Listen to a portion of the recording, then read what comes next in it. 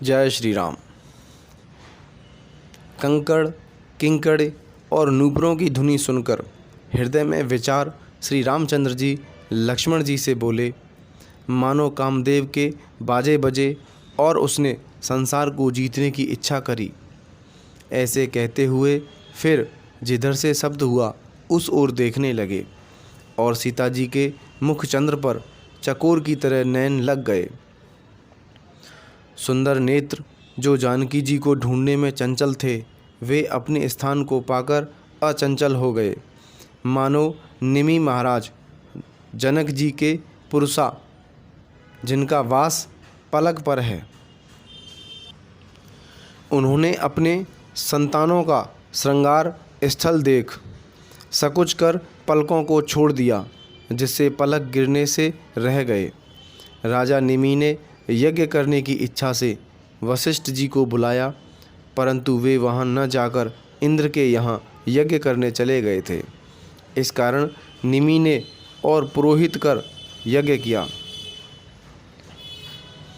जब वशिष्ठ जी लौटे तब राजा ने उनके आने पर भी भेंट नहीं की और कहा कि तुम मेरा यज्ञ छोड़ दूसरे के कैसे गए।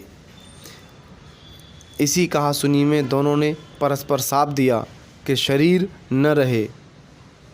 इस पर वशिष्ठ जी ने शरीर छोड़ पुनः दूसरा शरीर धारण किया। निमि राज के पुरोहित के भी पुनर्जीवित करने का यत्न किया। तब निमि ने योग मार्ग में स्थित हो पुनः शरीर धारण करने में अनिच्छा प्रकाश की और कहा कि मैं मुनियों के पलकों पर रहूँगा, यही वर मिले। ऋषियों ने तथास्तु कहा, तब से वे पलकों पर ही रहने लगे। श्री रघुनाथ जी ने सीता जी की शोभा देखकर सुख पाया, हृदय में सराहने लगे और मुख से बोल नहीं निकला। आशय यह है कि जिस सुख को ढूंढते थे उसे पाया। वह कैसा सुख है जिसे हृदय सराहता है और मुँह से कुछ नहीं निकलता। मानो ब्रह्मा जी ने सब अपनी निपुणता विश्व को जो पहले नहीं दिखाई दी थी, सो विशेष रचकर प्रकट दिखाई।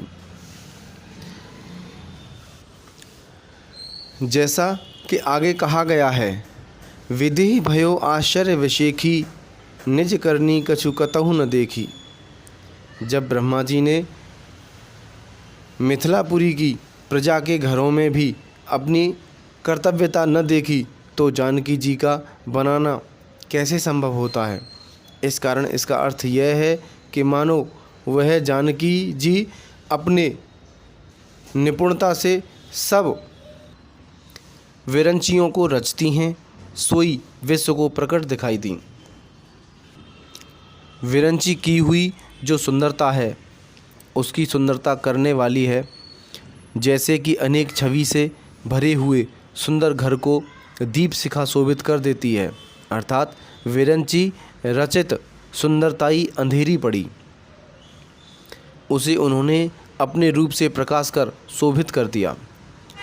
सब उपमा कवियों द्वारा जुठारी जा चुकी है, अतः विदेह कुमारी की समता किससे की जाए। सीता जी की शोभा श्री रामचंद्र जी के मन में वर्णन कर और अपनी दशा विचार पवित्र मन द्वारा लक्ष्मण जी से समय अनुसार वचन बोले। सुचिमन कहने का भाव यह है कि जो वार्ता लक्ष्मण जी से कहने योग्य न थी सो कही। हे तात, यह वही जनक जी की कन्या जानकी है जो तात अर्थात पिता के प्राण की उत्पन्न करने वाली और जिसके कारण धनुष यज्ञ होता है। सखियाँ इसे गौरी पूजन कराने को लाई हैं और इसके प्रकाश से फुलवाड़ी प्रकाशमान होती है, जिसकी अलौकिक अर्थात सब लोग जिनको ब्रह्मा जी ने बनाया उनसे बाहर ऐसी शोभा देखकर स्वाभाविक पवित्र जो मेरा मन है सो क्षोभा अर्थात चलायमान हो गया। सो सब कारण विधाता जाने, पर भाई सुंदर ऐश्वर्य देने वाले अंग फरकते हैं। रघुवंशियों का यह सहज स्वभाव होता है कि मन में भी कुपंथ पद पग पर नहीं चलते। फिर मुझे भी अपने जी का अत्यंत विश्वास है कि जिसने स्वप्न में भी पराई नारी को नहीं देखा, तब क्या कारण जो चित्त में क्षोभ हुआ और अंग फड़कने से मनोरथ की सिद्धि सूचित होती है। जिनके शत्रु युद्ध में जिससे पीठ नहीं लेते और जो मन से पराई स्त्री की ओर कभी दृष्टि नहीं देते, जिनके यहाँ से ना ही शब्द नहीं लेते, वे श्रेष्ठ मनुष्य जगत में थोड़े हैं। इन चौपाइयों से लक्ष्मण जी की प्रशंसा की है, क्योंकि यह तीनों गुण लक्ष्मण जी में विद्यमान हैं कि काम शत्रु ने लक्ष्मण जी का चित्त चलायमान न किया, पर नारी सीता जी की सखी आदि की ओर भी न देखा, और जो विश्वामित्रादि तथा श्री रामचंद्र जी की सेवा के मांगने वाले हैं, उनके पूर्ण करने में नाहीं नहीं की। श्री रामचंद्र जी लक्ष्मण जी से बात करते हैं कि मन सीता के रूप में लुभा रहा है। अब इसी को दृष्टांत से पुष्ट करते हैं कि सीता जी के मुख के वर्णन में मुख की उपमा कमल से देते हैं और छवि को मकरंद कहते हैं। जैसे फूल में मकरंद रहता है, ऐसे ही मुख में छवि है।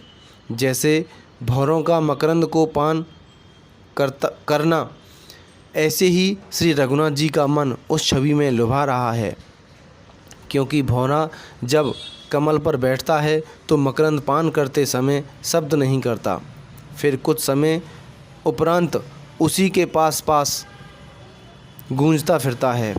ऐसे ही श्री रामचंद्र जी एक बार लक्ष्मण जी से बात करते हैं और फिर एक बार सीता जी के मुख की छवि निहारते हैं। शंका श्री रामचंद्र जी एक टक क्यों नहीं निहारते? भंवरा जो फूल पर बैठा रहे तो फूल को उससे खेद हो, इसी कारण रघुनाथ जी अपनी दृष्टि पड़ने से मुख सरोज छवि को खेदित होना जान लक्ष्मण जी से बात करने लगते हैं। जहाँ से सीता जी का प्रसंग छोड़ा था वहीं से फिर कहते हैं, सीता जी चकित हो चारों ओर देख कहने लगीं कि राजपुत्र कहाँ गए, और मन में चिंता हुई कि नृप किशोर कहने से उनकी स्वाधीनता जानते हैं। दो भांति से, एक नृप दूसरे किशोर अवस्था, जिसमें मन चंचल हुआ करता है, और चीता शब्द चिंता का अनुप्रास है।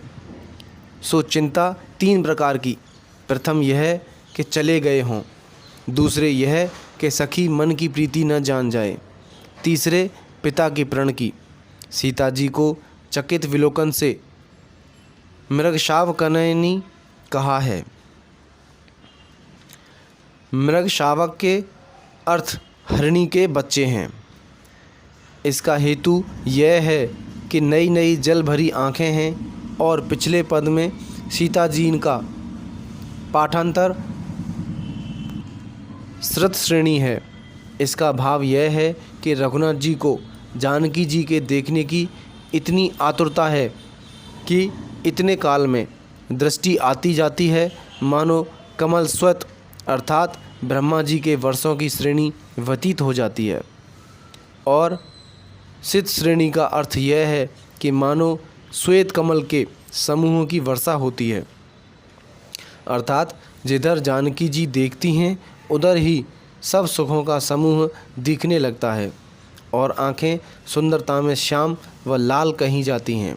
श्वेत कहने का प्रयोजन यह है कि राजपुत्री सखियों समेत श्रृंगार किए हुए हैं, जिसमें आँखें श्वेत हैं।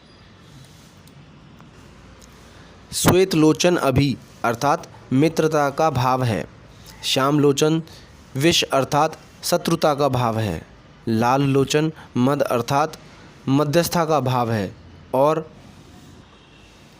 नेत्रों द्वारा सब वस्तु इन्हीं तीनों भाव से देखती हैं।